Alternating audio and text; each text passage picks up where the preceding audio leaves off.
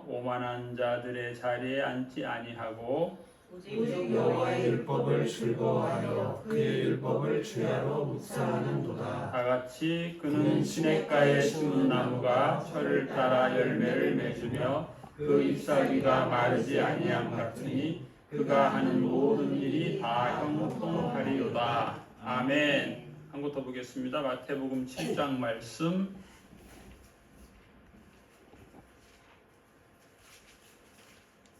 마태복음 7장 24절에서 27절까지 한 절씩 교독하겠습니다. 그러므로 누구든지 나의 이 말을 듣고 행하는 자는 그 집을 반석 위에 지은 지혜로운 사람 같으리니 비가 내리고 창수가 나고 바람이 불어 그 집에 부딪히되 무너지지 아니하나니 이는 주추를 반석 위에 놓은 까닭이요. 나의 이 말을 듣고 행하지 아니하는 자는 그 집을 모래 위에 지은 어리석은 사람 같으리니 비가 내리고 창수가 나고 바람이 불어 그 집에 부딪히매 무너져 그 무너짐이 심하니라. 아멘. 내일은 이제 한글날인데요. 오늘 시편 1편 말씀을 볼 때마다 떠오르는 게 그 세종대왕이 그 집현전 학자들하고 함께 한글을 만들고 노래 용비어천가 그 구절이 생각이 나요. 불휘 깊은 남간, 뿌리가 깊은 나무는 바람에 아니 멜세 곧 벽호 여름 하나니. 그러니까 우리가 이제 그런 얘기 해요. 나무들 중에 뿌리를 옆으로 넓게 뻗은 나무가 있고 뿌리를 깊게 내린 나무가 있대요. 그런데 뿌리를 옆으로 뻗은 나무는 주로 이제 과수원에서 농부가 거름을 많이 준 나무들이고, 뿌리를 깊게 내린 나무는 그야말로 이제 야생이죠. 돌봄이 없어서 영양분이 없으니까 혹시 있을까 해서 깊게 뿌리를 내리는데, 그래서 이제 과수원에서 농부의 돌봄을 받은 나무는 뿌리가 깊지 않아서 옆으로만 이렇게 뻗어 나가서 바람에 무너진다는 거죠. 나무가 해를 입는데 뿌리가 깊은 것은 그래도 그 바람에 해를 받지 않는다, 그런 말이 있어요. 그래서 뿌리 깊은 나무는 바람에 의해서 심한 상처를 받지 않는다. 꽃이 아름답게 핀다. 열매가 좋다. 그런 노래죠. 또 샘이 깊은 물은 가뭄에도 그 물이 마르지 않는다. 시냇물이 되고 바다에 이르러 바다가 된다. 너른 바다가 된다. 그런 아주 좋은 글을 세종대왕과 그 당시 학자들이 멋있는 글을 잘 지은 것 같아요. 인생이 무엇인가? 우리 야고보서 4장 말씀에 보면 너희 생명이 무엇이냐? 그렇게 질문하고 있습니다. 그래서 우리가 생각해 볼 필요가 있어요. 사는 게 무엇인가? 인생이 무엇인가? 이 용비어천가의 단어를 가지고 질문해 보면, 인생은 꽃인가? 인생은 열매인가? 꽃이 중요한가? 열매가 중요한가? 나무인가? 뿌리인가? 가지가 중요한가? 뿌리가 중요한가? 바람인가? 상처인가? 인생이 샘물인가? 인생이 가뭄인가? 샘이 깊은 물은 가뭄에도 목마르지 않으니 시냇물이 되고 바다에 이르러 너른 바다가 된다. 인생이 바다인가?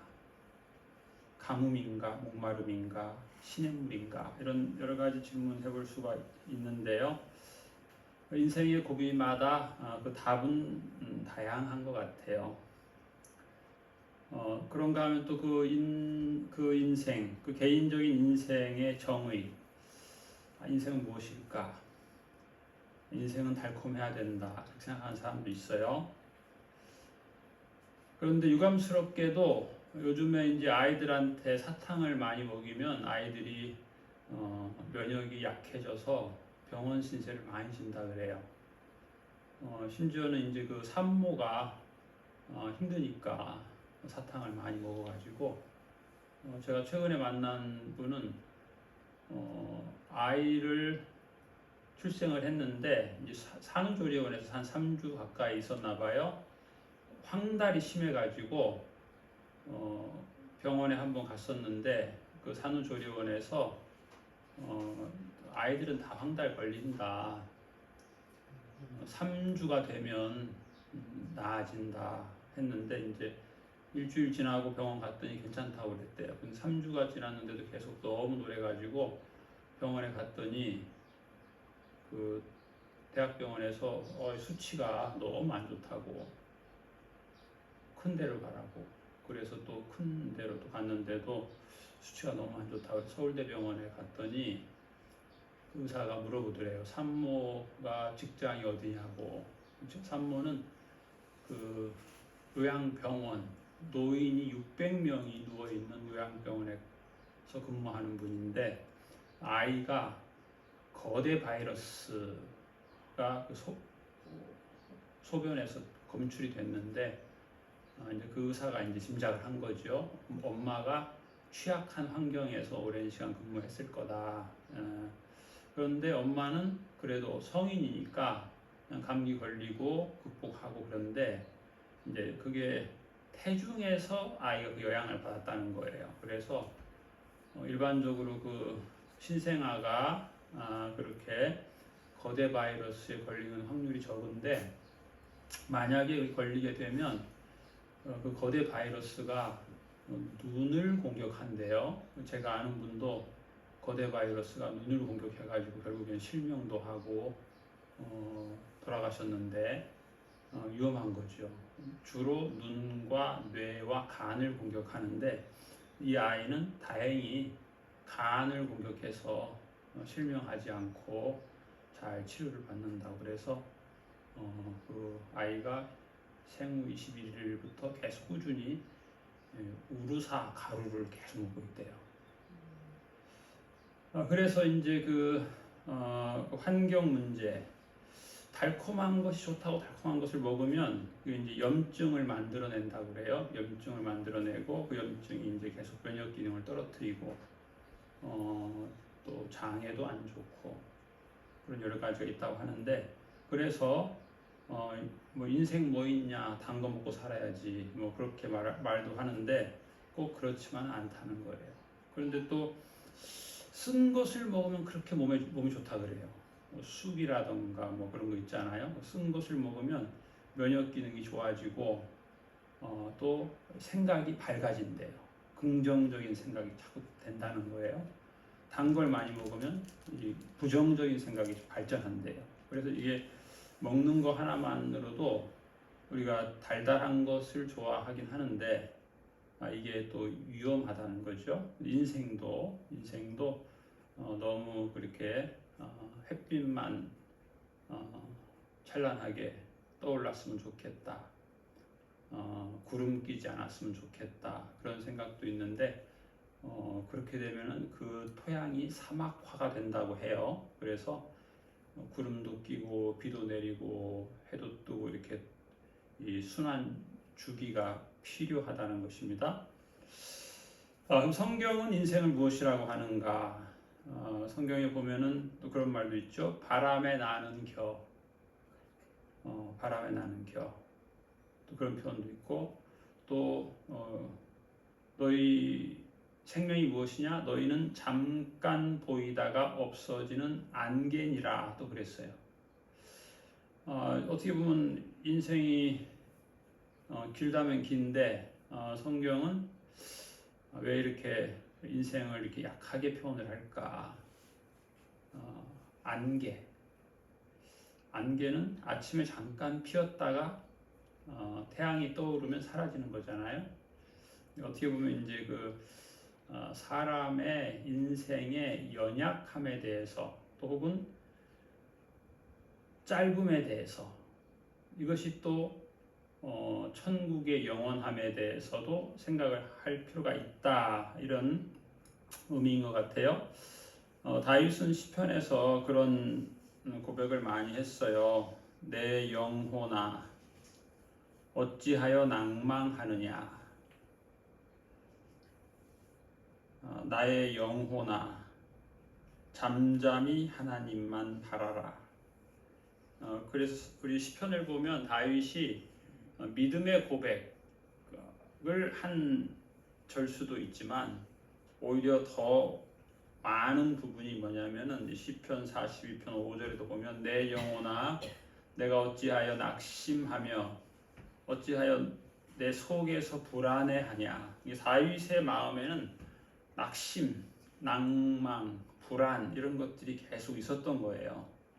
그래서 그런 얘기를 계속해요. 시편 42편 11절에도 똑같이 내 영혼아 어찌 낙심하며 어찌 속에서 불안해하느냐. 자기 자신에게 끊임없이 그렇게 질문을 하죠.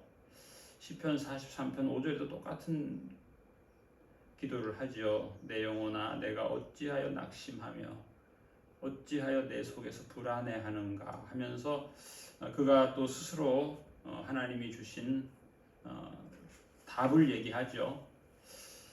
너는 하나님께 소망을 두라. 그가 나타나 도우심으로 말미암아 내 하나님을 여전히 찬송하리로다. 그래서 이게 이제 다윗이 가지고 있는 정답이죠. 인생을 살다 보면 정답을 향해서 걸어갈 때도 있고 오답을 향해서 걸어갈 때도 있는데 우리가 잘 그것을 분별할 필요가 있죠. 내가 지금 정답을 향해서 가는가, 내가 지금 예수님께로 가는가, 다른 곳으로 가는 건 아닌가, 질문할 필요가 있어요. 유명한 헨리 나우엔이라고 하는 분이 영적 발돋움이라고 하는 글을 썼는데 거기에 보면 이제 그런 글이 있어요. 영적 발돋움이 되기 위해서는 내 안에 일어나는 갈등, 적개심과 따뜻한 환대 사이에서 잘 중심을 잡아야 한다. 그리고 영적 훈련이 필요하다. 그 영적 훈련의 기준은 중심을 잘 잡는 것이다. 오늘 예수님께서 말씀하신 것처럼 예수님의 말씀이 기준이 되는 거죠. 때로는 그런데 우리가 그 말씀 앞에 견고한 말씀에 붙어 있지 못할 때가 많이 있는 거죠. 때로는 바람에 나는 겨와 같이 흔들리는 순간이 있어요. 그래서 다윗이 그런 고백을 하죠. 오직 그만이 나의 반석이요 나의 구원이시요 나의 요새이시니 내가 크게 흔들리지 아니하리로다. 그 말은 이제 자꾸 흔들리는 거예요. 다윗도 자기가 생각해 보니까 낙심하고 근심하고 불안해하고 하나님께 기도해야 되겠다, 하나님의 도움을 받아야 되겠다 하지만 자꾸 흔들리는 거예요. 그래서 하나님 크게 흔들리지 않게 해주세요 기도하는 거죠. 자기한테도 그렇게 자기 스스로에게 말하는 거예요. 내가 크게 흔들리지 아니하리로다. 조금은 흔들릴 수밖에 없어요. 그런 시가 있죠. 흔들리지 않고 피는 꽃이 어디 있으랴. 흔들리며 흔들리며 흔들리며 한 송이 꽃이 피어난다. 다윗은 자꾸 낙심이 되는 거예요. 근심이 되고 불안하고 흔들리고. 그러니까 내가 흔들리되 크게 흔들리지는 말아야 되겠다. 그리고 또 그런 게 있어요. 다윗이 시편 61편 3절에 보면 넘어지는 담과 흔들리는 울타리 같이 사람을 죽이려고 너희가 일제히 공격하기를 언제까지 하려느냐. 다윗이 이제 중요한 하나님의 사명을 감당하고 있는데 그 주변 그 악한 무리들의 공격들 속에서 정말 흔들리는 거죠. 담이 넘어지고 울타리가 흔들리고 또 다윗을 공격하는 그런 주변의 세력들.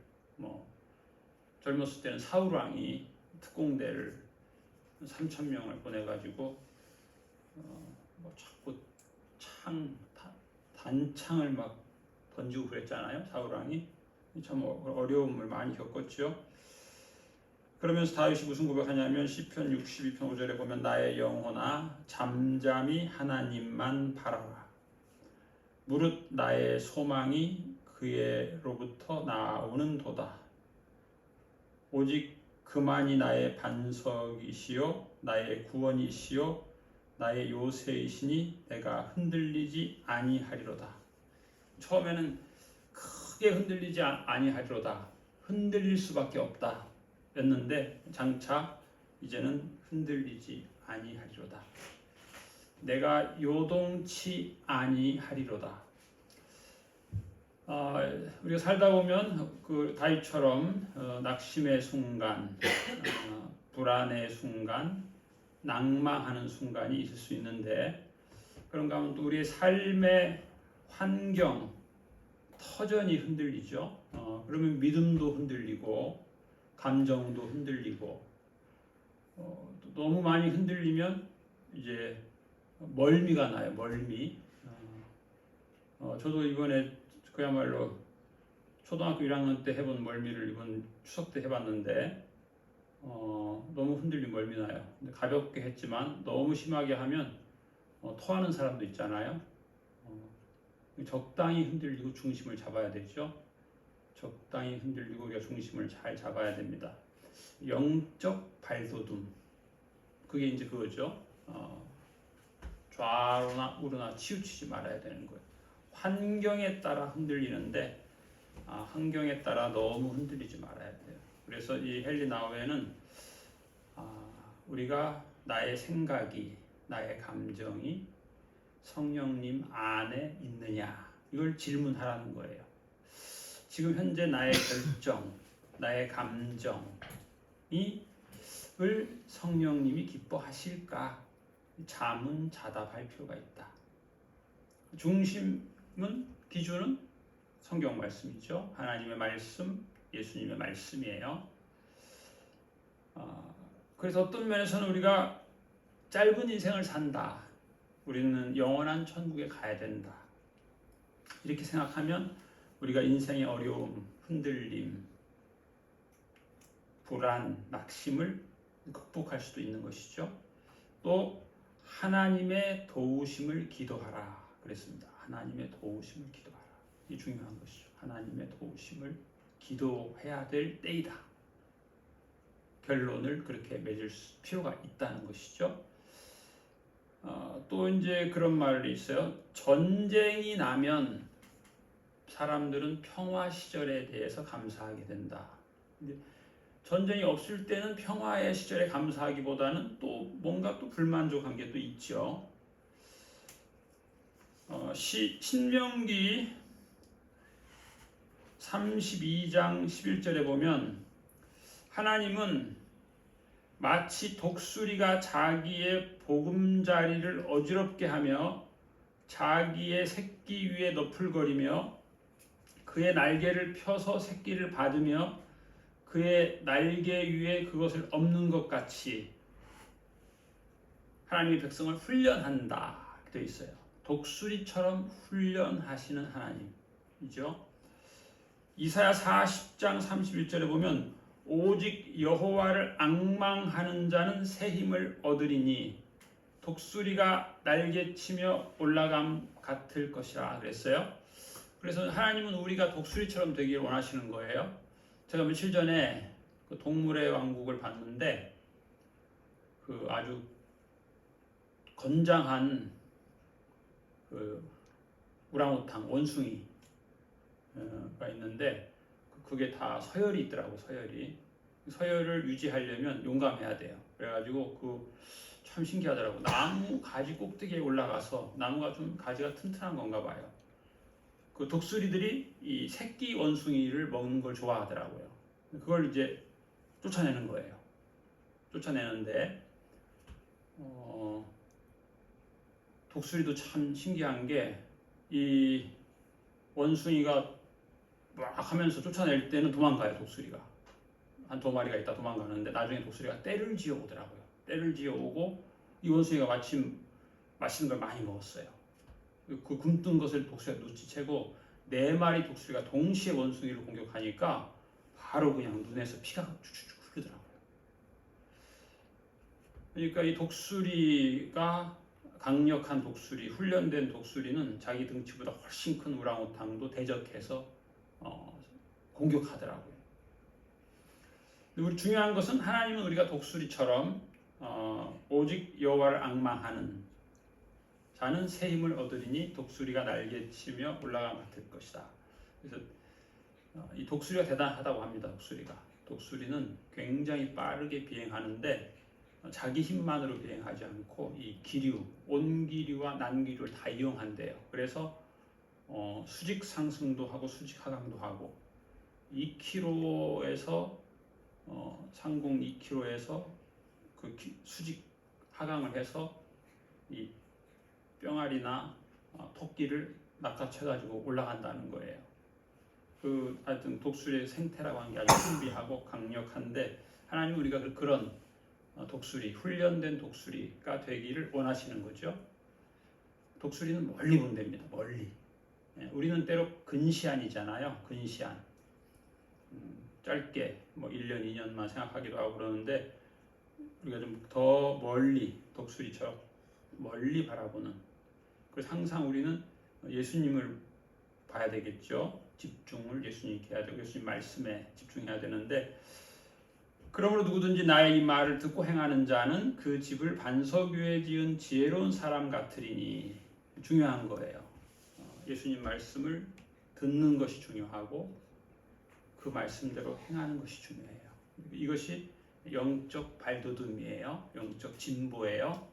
또 훈련된 우리가 강력한, 그러니까 가뭄에도 해를 받지 않는 샘이 깊은 물이에요. 생각이 예수님과 연결된 거죠. 그래서 항상 어려움이 있다 하지만 예수님 말씀이 생각나는 거죠. 그래서 우리는 결국 샘이 깊은 물, 예수님과 연관된 거죠. 그래서 인생의 가뭄, 인생의 목마름에 목마르지 않는, 공급을 받으니까. 가지는 연약하지만 포도나무 줄기인 예수님으로부터 공급을 받으니까 예수님이 너희가 나를 떠나서는 아무것도 할 수 없다, 이 말씀을 기억하는 거죠.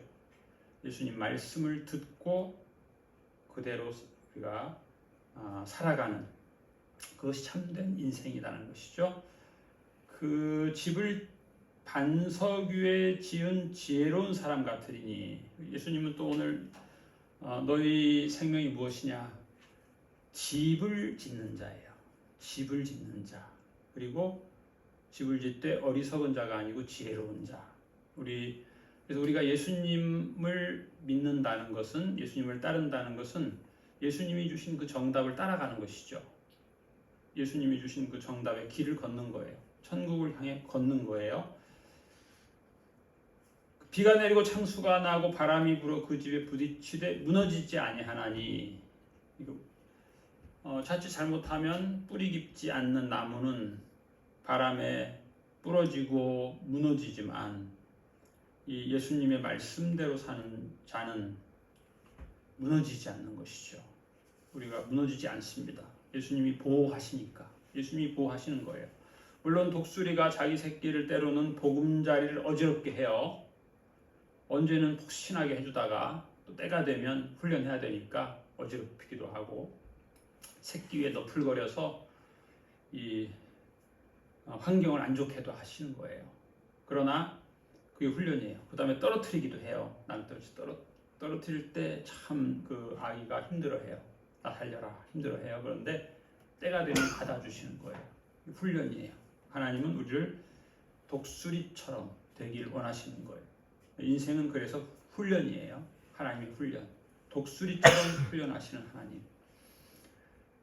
나의 이 말을 듣고 행하지 아니하는 자는 그 집을 모래 위에 지은 어리석은 사람 같으리니 비가 내리고 창수가 나고 바람이 불어 그 집에 부딪힘에 무너져 그 무너짐이 심하니라. 우리는 결코 어리석은 건축자 되지 아니하고 지혜로운 건축자. 우리의 생명은 예수님 따라 예수님 은혜 안에서 하나님의 말씀으로 훈련하고 그 은혜를 누리는 지혜로운 생명. 시냇가에 심은 나무처럼 시절을 쫓아 열매를 맺으며 잎사귀가 마르지 아니하고 형통하는 인생 되시기를 축복합니다. 아멘. 기도하겠습니다. 하나님 아버지 감사합니다.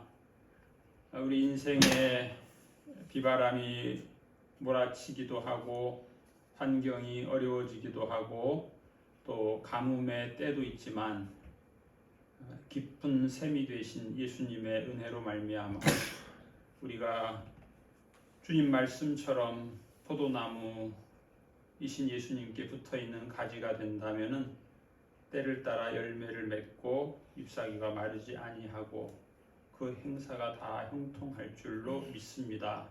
주님 이 한 주간도 주님 우리의 삶을 복되게 인도하여 주시옵시고 우리가 흔들리지 않게 하여 주시옵시고 주의 말씀 안에서 온전히 거하는 지혜로운 생애 건축자 되게 하여 주시옵소서.